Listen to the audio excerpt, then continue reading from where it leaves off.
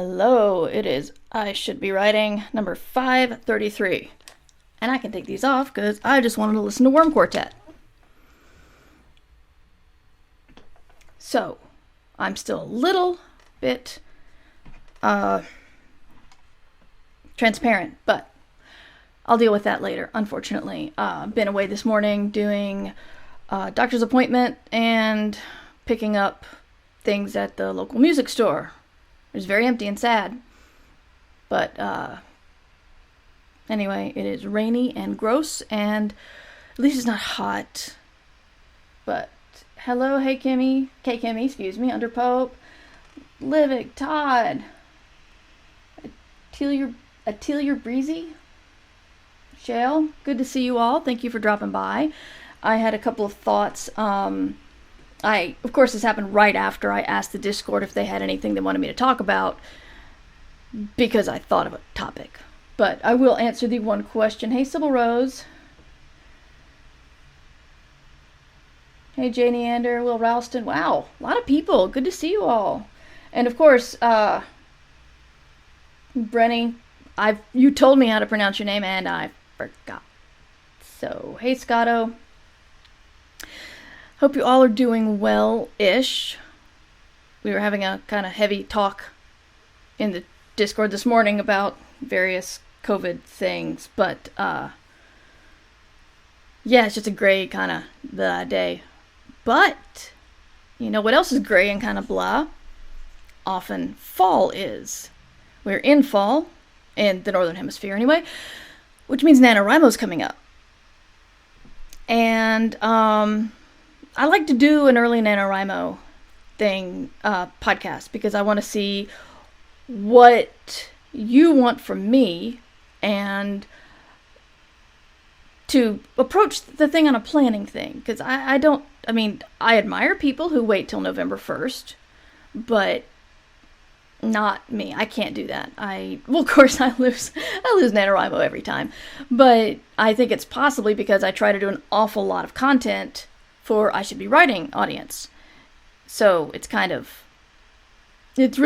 discovered it's really hard for me to do a daily show and a daily 1666 words. I got it right! Yay! Thank you, Brenny. Hey, Numbers Ninja. Yes, new glasses. Finally got new glasses. I can see. It's a novel experience. But, so anyway, I want to talk about NaNoWriMo. If you guys want to put questions in the chat, I'll be discussing some things I'm thinking of, but I want it to be a kind of conversation. Also, for you listening to the podcast after this, you have thoughts on what you want from I Should Be Writing during National Novel Writing Month, please email me, mightymer@gmail.com. Again, I'm doing the thing where I'm talking to the camera when it's live, and when I want to talk specifically to the podcast, I look over here to the mic. I don't know why. Well, I know why. Some people need to put googly eyes on their camera. I apparently just need a thing to talk to, and I'm fine. Livick, my first NaNoWriMo, I waited till the first and ended up writing my outline rather than my novel. See, it is important. Seeing is an important part of NaNoWriMo. I think so. But not always. There are going to be blind people writing, I'm very sure. But anyway, so outlining is good. I should probably start with what NaNoWriMo is, even though that feels strange, but it's possible there's somebody listening or watching who doesn't know. NaNoWriMo is National Novel Writing Month. It is international, by the way, but they started out as national. You are supposed to write a novel in 30 days. Now, there's so many asterisks here. For example, a novel isn't 50,000 words.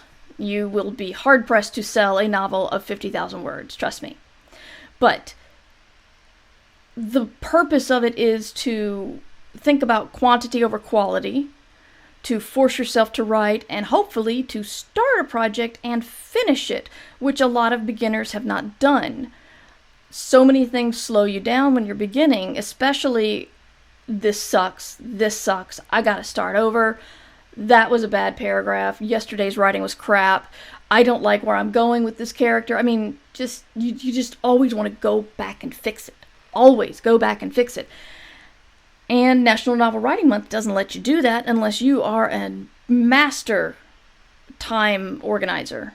You just need to put your book down onto the screen, paper, whatever. And the goal is 50,000 words in 30 days, which comes to 1,666 days,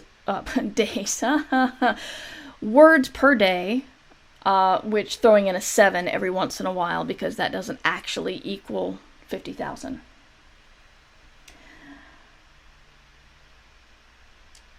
I used to win NaNoWriMo every year, but in 2016 I lost my Remo mojo. 2016 was a tough year. Have you gotten it back? 20 is no walk in the park either. 20 is the hold my beer to 2016. Will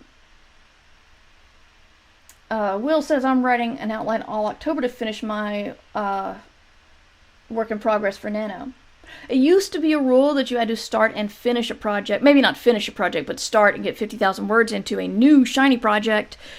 But they've since loosened that. Now the thing is, there's nothing to stop you from logging into the site every day and writing down a fake number. So the rules as they are kind of dumb. I mean, not dumb. What am I thinking? It's everyone's going to do what they need to do, but you know what the goal is, and if you lie, you know you're lying. And if you get pleasure from lying about word count, then great, good for you. I don't. So I think people try to abide by the rules, even though that's why I said dumb. It's not that they're stupid rules, it's that they're not enforcing it, and there's no actual prize except for bragging rights and a couple of icons. You can even buy the winner t-shirt if you want. Again, if you're happy with lying. So that is National Novel Writing Month in a nutshell. It is NaNoWriMo.org, I believe. It is a nonprofit that does a lot of work with young writers. There is a young writers NaNoWriMo that some teachers, they create packets to send to libraries and teachers to run a National Novel Writing Month thing with the kids in the classroom. Their goals are a little bit below 50,000. But I have heard there are an awful lot of kids who do try to hit the 50,000 and manage it. So what am I doing with my life? Okay, Livik, if I wanted to pick up an old Nano script and continue working on it this upcoming Nano, having left it collect dust for a year, what should I do to prepare? I am not sure. Are you talking about a completely new rewrite? Or, like, are you adding on to it? Or what? You're going to have to give me a little bit more there. Never got it back, Underpope. I'm so sorry. Are you writing anyway? I mean, NaNoWriMo it's fun to start out with. Because you get this big community feeling. You get this, I am with hundreds of thousands of other people and we're all going towards the same goal. Go team. And in non-pandemic years, you usually have like area write-ins and parties and stuff. I did not enjoy the one I went to because no one welcomed me, no one spoke to me, everyone was writing when I got there, and then when I left, no one said anything, and I didn't know if I was at a NaNoWriMo write-in or if I just crashed somebody's really quiet meeting. It was awful. I believe my daughter was with me at the same time. I don't know if you remember that, but yeah, that was awful. But anyway, some people have good experiences with the write-ins. In pandemic year, I don't know I think people are planning a lot of virtual write-ins.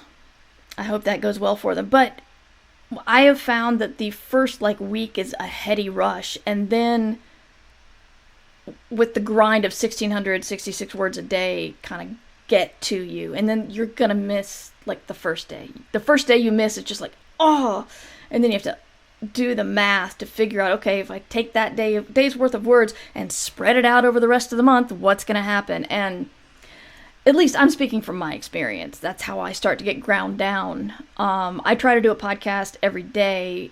Last year I did it for the Patreon supporters. And they say that helps. It's hard for me, and I'm not whining, I'm just explaining that it's hard to come up with new ideas for 30 days of podcasts about one topic every year. I realize I've been doing this for 2 or 3 years, which means that this November 1st will be episode 91 of the NaNoWriMo Daily Podcast, and I gotta do another 30. It's overwhelming a little bit.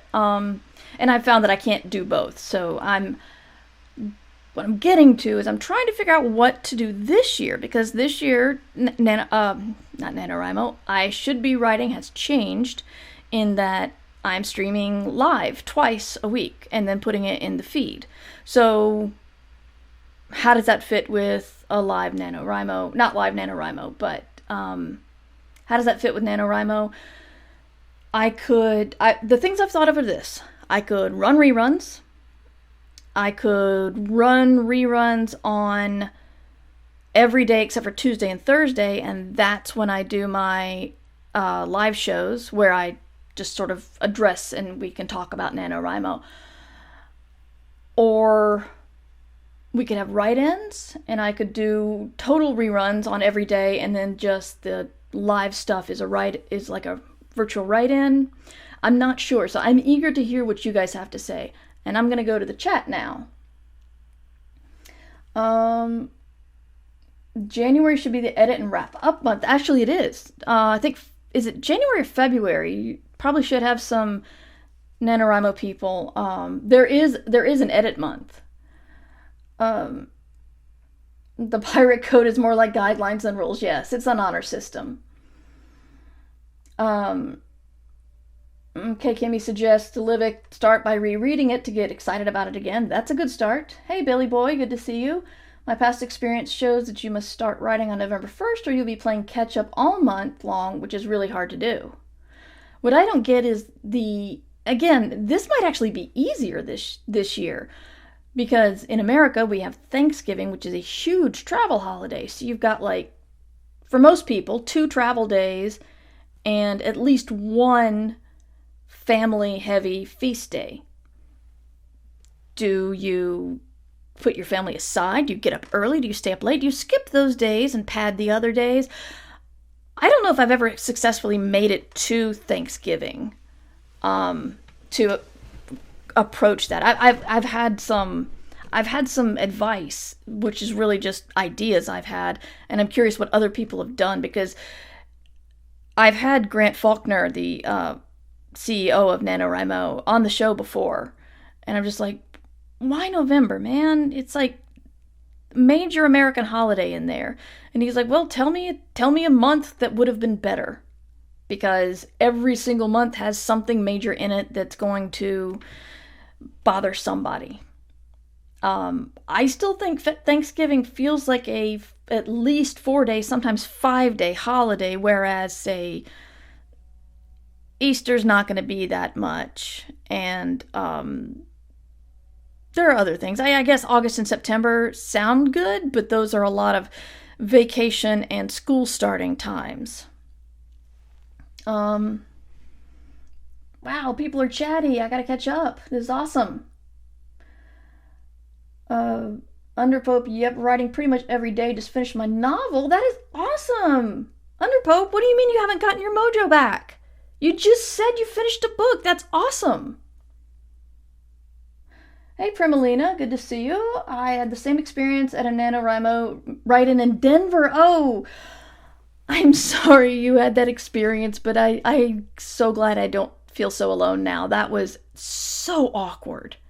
It was such an awkward experience. Just walking in, really don't know what I was crashing. Really felt like yeah, I made the joke about crashing somebody's meeting, but it really did feel like I was crashing something.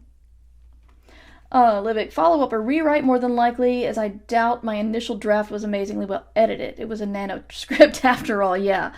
True. Well, if it's a rewrite, then yeah, read it through, make some notes about what you'd like to change, and then start on November 1st.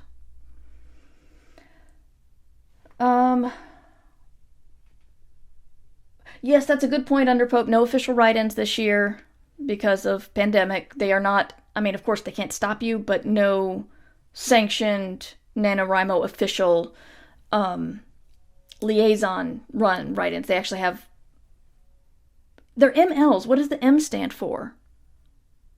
I don't remember. I know L is liaison, I think. Anyway, if you've won they require you to have won NaNoWriMo and are like organizing things, you can become a liaison for your area, which means you send out pep talk emails and you do pre-NaNoWriMo parties and post-NaNoWriMo parties and write-ins. You organize all that stuff for your area. And they're not allowed to do that. So, I'm sure somebody will get together and do it, and I hope they stay safe. Okay, write-ins, yes. Like the idea of write-ins, too. Write-ins sounds good. Wow, okay, I did not expect that. February, NaNoWriMo editing month. Yep, that's what it is, February. Oh, hey, Firewriter, good to see you. Glad you made it. Okay, people are saying we're back. Wow. Times like this, I'm glad I am a professional podcaster and newbie streamer. I've been doing it a couple of months, but still, I'm gonna call myself newbie on this one, especially since setting up this area requires like me stepping over the power strip. Easy to kick. So that was highly embarrassing, and I'm so sorry. Where were we? We were talking about people were pro write-ins, which frankly surprised me, but I can happily do that. Yeah, I will think about how to have it done. We'll get back to you on that. I was trying to think of doing a sort of live, if I can figure out how to do the camera. I know a lot of streamers, like craft streamers, put the camera like up here so you can see down what their hands are doing. But not quite sure how they manage that. But I was thinking of doing like a Save the Cat versus Snowflake method versus, what's the other one? The one with the Excel sheet? What's the other, do you guys remember that? I'm sorry, losing my computer really threw me off. Woo! Okay. 3 outlining methods. There's StoryGrid. Thank you, Snarky Moon. Thank you so much. StoryGrid versus Snowflake method versus Save the Cat. And talk about maybe outlining my new project, and you could outline beside me, only if I run into a wall, I don't want y'all to see me struggling because I'm supposed to be instructing and helping instead of watch me screw up my outline. So I'm going to figure that out, but I think some sort of showing the benefits of each outlining method might be useful. Okay, Firewriter likes that idea. Underpope likes the idea. Don't we all learn best from working through problems?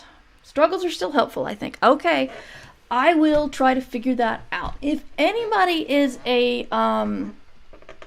stream watching or stream producing veteran, and you know of easy to find advice on setups for, because I do all my outlining by hand, as I mentioned, I think Tuesday.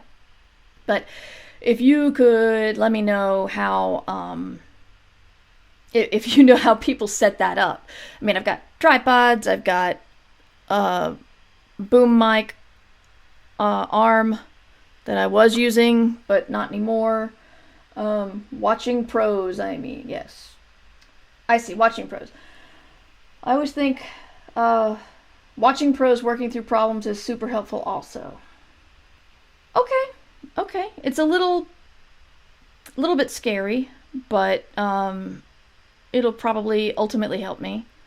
And maybe if there's something that I can't get through, you'll still be able to get through and still get something out of it. So I'm going to put some, making a note here, I'm going to put some work in the, I'm going to put some links in the show notes at merverse.com, where you can find the snowflake method, story grid, and Save the Cat Writes a Novel. And if you're just watching the stream and don't think you'll be going to that, then look up, hey, I could probably, can I do that live? Is that something I can do? I mean, I've already screwed up this stream horribly. Might as well see if I could do it. There we go. Sure, I'll put it there. So, those are the things you need to look up if you can, if you're not going to look for the links on my website, and familiarize with those. And okay, so would you prefer, okay, I could do a really long podcast where I show each one and do a live outline. I could do my outline already started and then put it in each format and then show you how the story sits in each format. Or I could do one episode per format with the same piece. So what do you think about that? This is something I just came up with, so that's why I'm kind of running through the different options. The outlining thing would be something I'd really enjoy, still working out my own outlining methods. Excellent. So I think we're on the right path. So let me know how you stand with option B or C, says Firewriter, either already made and shown in 3 methods or 3 separate episodes. And that takes the pressure off of me to both come up with a good book while live. that's a lot of pressure. Yeah. But yeah, so I will work on that, and probably, thank you, Sybil Rose. I was going to suggest that might be easier on you, Mer. So we will do that. I will, and this will be one of the few ones I'll post the link to the video in the podcast stream so people can watch it on the feed. Right now the video is just me sitting in front of a picture of a large planet talking. But so that's why I don't really worry about putting the video into the RSS feed. But for this one, I think the visual will be worth it. So I will do that. I can't promise when it will be. I'm gonna, once I get all of my materials together, I'll figure out, and I think I'll know better by Monday or Tuesday how it's going to be done, but I will give you guys some heads up. Yeah, I really do appreciate the fact that y'all were waiting for me to fix my problem. It really means a lot, because I have a very fragile ego, and my stream dying and then coming back and finding an empty room would have been very, very sad. But I have something new to put on my to-do list, to always check the power cord before streaming. See, I assumed I would get a warning, but I guess it's sucking so much energy so fast, it didn't want to warn me. I don't know. But okay, Kimmy was distracted by breakfast/lunch. Well, that's legit. I can't help that. I can't help you with that, I mean. As much as I'd like to try, not much I can do from my little guest bedroom in North Carolina. Oh wait, somebody did have a question. What I hear is you plan to feed us primed. No. I'm sorry. I sometimes do have meetups at conventions of audience members, but if I would love to if conventions ever happen again, but not right now. Vale who fights cats, did I make it in time for brunch? No! What have I begun? What have I unleashed? Any consolation, my mother's called me 3 times during this. I thought it was a tech failure on my end. I'm so sorry, Shale. Oh boy. Okay, we did have one question from the Discord. address how to get through the doldrums of writing the middle of the story. Or have you already talked about that at some point in I Should Be Writing History? I've talked about it a lot because a lot of people want to know about it. My first answer is to pass it off to Nancy Kress, because she wrote the amazing book Beginnings, Middles, and Ends, which says there are 3 parts to a story, and everybody usually loves one of the 3 and hates one of the 3. So the book is designed to help you through the one that you hate. And maybe not... Actually, I haven't read it in a while. I need to go back and revisit that. But I remember it being very, very useful to me.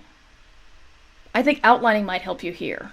Because if you outline the exciting parts, the major story parts, not even like the heart-pounding action, but just the story beats that happen in the middle, that might help you get less doldrums and more just, this is the middle part of the book. This is where Frodo and Sam are walking and talking about potatoes and stuff like that. But yes, Nancy Kress, I will always recommend this book. Also, Tuesday, somebody asked me for craft book suggestions. I forgot one of my favorite, which I have put here, which is Save the Cat Writes a Novel.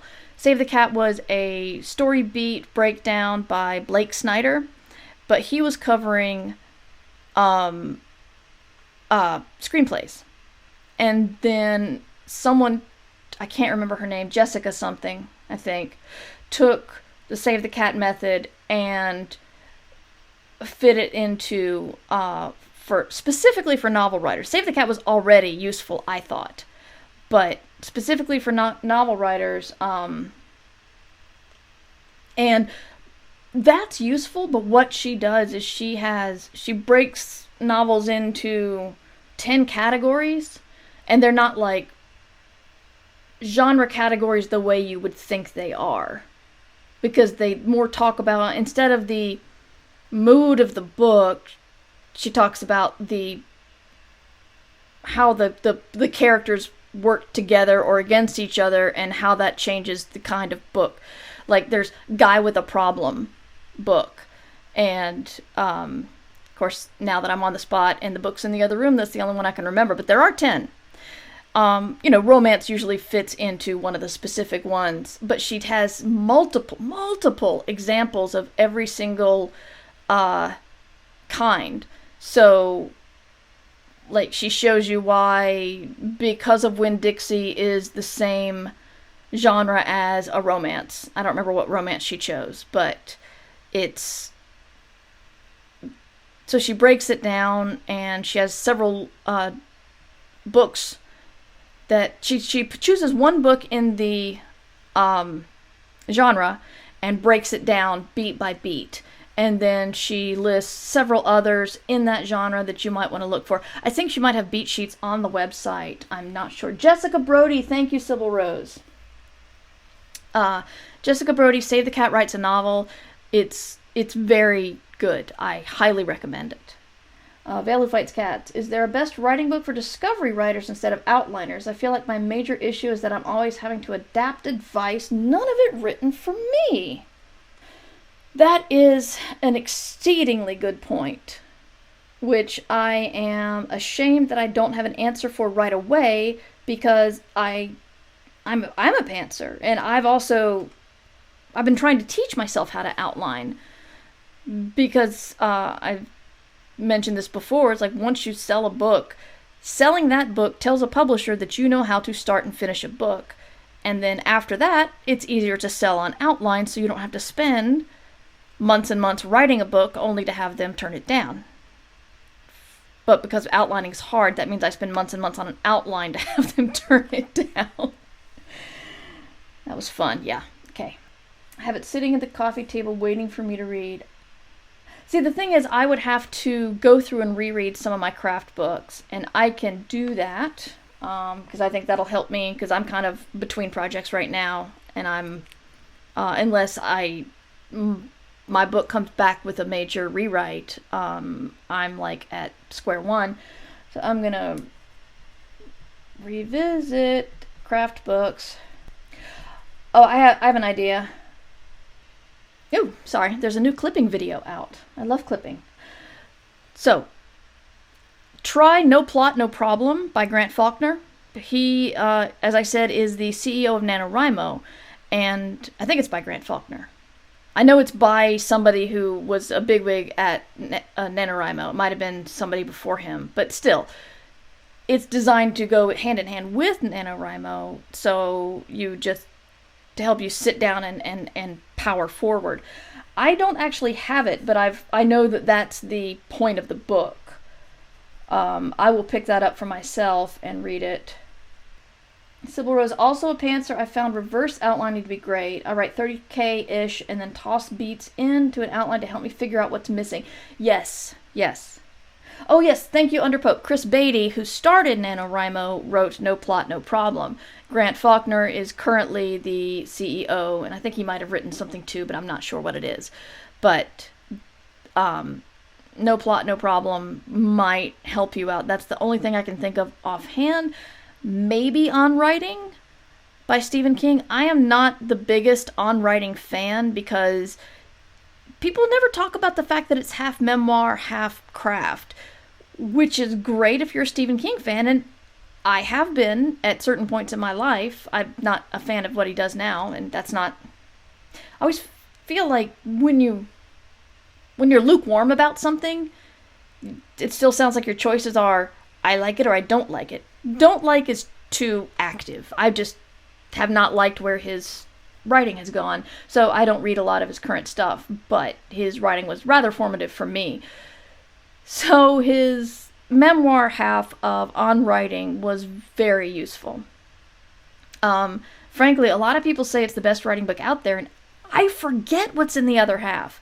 I remember the part about the ear, I remember the part about the poison ivy, and I remember the part about how he was standing in his crappy little apartment talking to his wife about, whether they could afford something, and then finding out that he'd sold the paperback rights to Carrie for $400,000.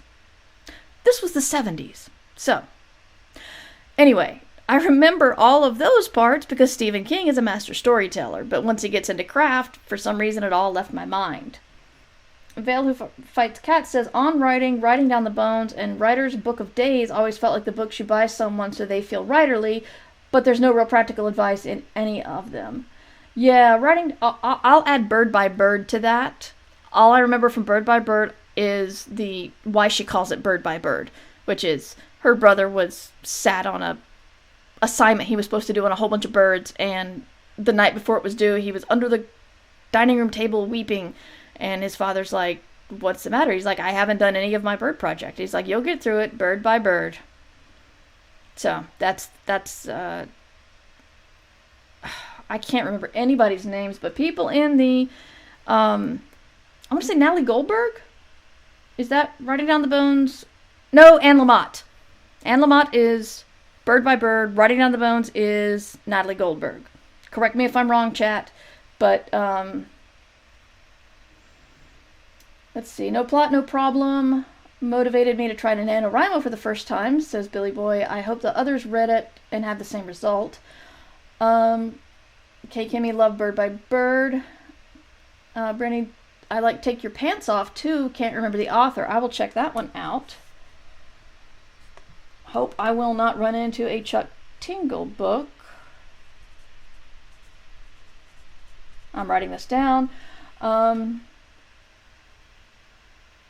So, I think at least Billy Boy, I'm not sure, K. Kimmy, I think, what you might have missed was we are going to be doing some live outlining, taking something of mine and putting it into the Snowflake Method story grid and Save the Cat Writes a Novel, which is why that's up here for people who may not get the show notes off my site. So, I'll be looking into those, throwing an outline into them. I'll be honest, it may turn out to be me sitting under my own dining room table, surrounded by outlines, weeping because I can't fit my book into those three, but that's also something to address. So even if I fail, I will come through and outline, use those 3 outlines to compare them. Let's see. It will also have spoilers for an upcoming project of mine, which I'm trying to figure out how to handle. But yeah, that's what we're doing in the upcoming episodes before NaNoWriMo. Also doing daily reruns of the NaNoWriMo podcast over at the RSS feed. So if you only watch me on the stream, that's merverse.com. That's where you find the I Should Be Writing podcast feed, or search for I Should Be Writing podcast on any podcast app. You'll find it. Let's see. Take Your Pants Off is by the one who loves discovery writing but hit a year where she had 11 books due and had to learn to outline. Wow, is that the 2,000 to 10,000 person? Oh, good to see you, Fire Rider. Thanks for dropping by. Or is that Take Your Pants Off? I feel like I'm going to be buying a lot of craft ebooks today. So Take Your Pants Off. There's also 2,000 to 10,000, but I think that takes pantsers and makes them outliners. Libby Hawker wrote Take Off Your Pants. But fiction is under Olivia Hawker. Okay. See, why would you do that? Because sometimes people are look askance at writing books by people whose fiction they can't find anywhere. It never came up for me to have a pen name for I Should Be Writing, but that would have been really stupid because my name is already attached to the podcast. But anyway, my point is that yeah, I'd want my name attached to a craft book so people could see that I actually practice what I preach and can say what I'm saying to do is successful. A Wonder Book by Jeff Vandermeer, of course. Yes, that is a very beautifully illustrated book. A lot of illustrations to cover the advice he has. So yes, thank you for reminding us of that, Will. Yeah, love Wonder Book, says Underpope. So we are going heavily. I should be writing all these down so I can put... Okay, I'll go through the chat and write all these down so you guys will have them in the show notes. So this is just for overall craft suggestion books. But yeah, check out the ones you can if you're strapped for time this weekend and you don't have a to be read pile. I don't know who doesn't, but sometimes books jump to the front, as they do. But those are the three outlining programs you should get at least a little bit aware of. I will say that I definitely do not recommend the book about the snowflake method. It tries to take fairy tale characters and put them in a writing class where they're trying to learn the snowflake method, and it's like, I think he's nesting too many story within stories, and I just got really annoyed at when he was trying to put like plot and emotion in there when I just wanted to know how to do the next step. So I frankly do not recommend the Snowflake Method book, but the website is extremely descriptive of how the Snowflake Method works. Underpope, the Snowflake Method book is useful pretty much only for the appendix, which actually describes the method, which you can find on the website. So, Veil of Fight's Cat Story by McGee is the most helpful writing book I've read, but I vehemently disagreed with half of it. But the stuff that worked really helped, especially character and plot and stuff. I find it amusing that Stephen King is vehemently against adverbs, like a lot of authors, and I have realized the thing about adverbs, and it's the same thing that I find about movies and books that really try to be inclusive of non-straight white guys. Any of those different categories. And it's taking all the adverbs out of your book will not necessarily make it better.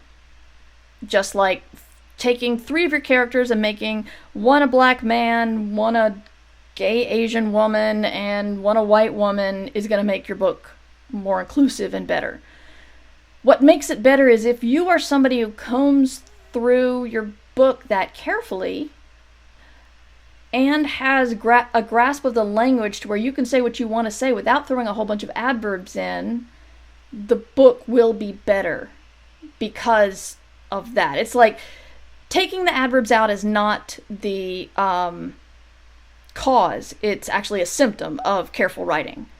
So if you're doing careful writing, you're doing a lot of other stuff to make your book really good, but the adverbs being in there or out of there is kind of a signal. And people who, when you put like lots and lots of different characters in your book to actually show a multifaceted world like the one we live in, you're usually thinking more about different points of view and how the world works to different people, and that will make your story better. So it's not like, and not a lot of people say it that way. It took me a long time to figure out why the whole adverb thing was so contentious. It's like overuse of adverbs is a sign of weak writing, but it's not the cause of weak writing. So you got to get to the cause, and usually that's careful look at language to figure out how best to say the sentence without heavy use of adverbs. So that is my adverb rant. And I've been going for a long time. Even if you take out the mortification 10 minutes of trying to get my computer back up. It's at 15% now, guys. We're doing good. If you have any further questions about this, let me know in the chat now. Otherwise, I'm going to wind this down. To the people in listening to this in the podcast, I'm very sorry for the disjointed second half. I was really thrown off by losing my stream. And to the people in the stream, I'm so grateful that y'all hung around. It warms my heart. And I know that sounds really, really trite, but it does. It really means a lot to me that you wanted to stick around. So thank you for that. I will work on this whole outline project, and we will talk about it more next week. But at least familiarize yourself with one of them, and we'll talk about it more next time. My schedule is I'm going to do a gaming stream tonight. I'll still be doing How to Fool Boyfriend because I finally got past the mid part of the game, and now things get really weird. The pigeon dating is kind of done. Now it goes into a much larger story.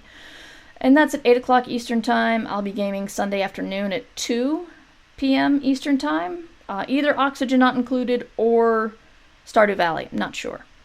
And then I do the more professionally episodes of Ask Me Anything on Monday at 12:30 Eastern. And Tuesday and Thursday we'll have I Should Be Writing at 12:30 Eastern. That's my schedule. Merverse.com is my website. And this is I Should Be Writing if you came in somewhere in the middle. So you just check out Merverse.com if you want to see the other stuff I've written. There's a Star Wars book over there. There's a Minecraft book. There's a science fiction book that got a lot of award nominations. So that's what I do. I got an anthology coming out soon that I co-edited, Escape Pod's 15th anniversary. That's the shilling. I'm done. No, I'm not done. I always forget. I need to write this one down too. If you're listening on the podcast and you want to catch the live stream, it's twitch.tv/MightyMur. And if you want to support the podcast, you can go to patreon.com/MightyMur, where you can support for $1 a month and get access to the Discord and all the archives. This is episode 523. I've been doing it since 2005, so there's a lot of archives. But, let's see. Last bits of chat. Vale Who Fights Cats. For everyone listening at home, you should attend the live stream for the free brunch at least. Crap. Yes, free brunch on the live stream. I have managed to figure out how to do it, like Mike TV on Charlie and the Chocolate Factory. Was it Willy Wonka or Charlie? Which was the book and which was the movie? Anyway, the first movie, Gene Wilder. I'm grateful that you didn't give up and brought it back. Thanks, K. Kimmy. Billy Boy, thanks for sticking in with us this morning. Glitch was actually kind of interesting. Thank you guys. Really appreciate you. And I'll see you either tonight or probably on Monday. Remember, you can support the show at patreon.com/mightymur. I should be writing theme music provided by John Anelio. You can find more about him at johnanelio.com. This podcast is distributed under a Creative Commons Attribution Share-alike license.